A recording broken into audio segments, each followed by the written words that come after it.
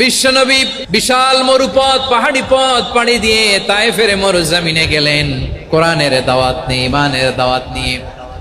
কিন্তু তায়েফের লোকেরা বিশ্বনবীর দাওয়াতকে শুধু প্রত্যাখ্যান করেই থামে নাই, তারা বিশ্বনবীর সাথে অত্যন্ত খারাপ আচরণ করেছে।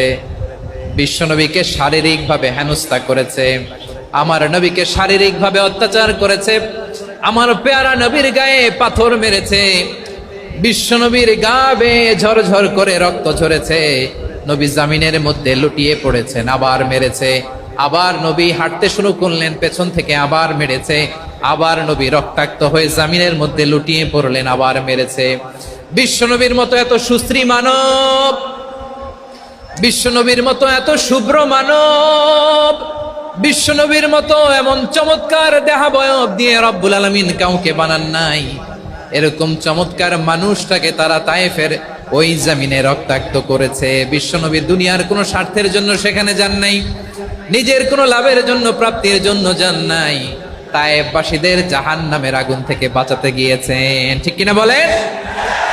খেয়ে না খেয়ে দিনী প্রচারের কাজে নিজেকে দিয়েছ বিলিয়ে, তায়েফের কাফিরেরা চিনল না সে আলো, দুষ্ট ছেলেদের পিছু দিল লেলিয়ে, পাথরের আঘাতে ক্ষত বিক্ষত হয়ে সারা শরীর থেকে রক্ত ঝরে।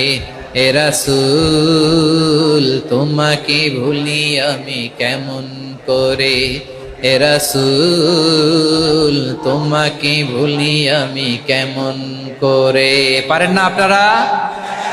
ধরুন আমার সাথে। হাজার ব্যথা বেদনার পরে ফিরে আসনি তুমি আপন ঘরে, দিনের আলো তুমি ছড়িয়ে দিতে চলে গেলে মদিনায় মক্কা ছেড়ে।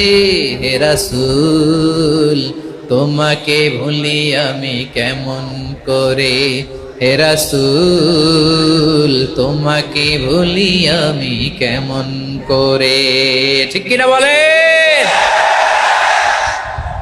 প্রিয় ভাইরা, তায়েফের ছেলেরা নবীকে রক্তাক্ত করলো।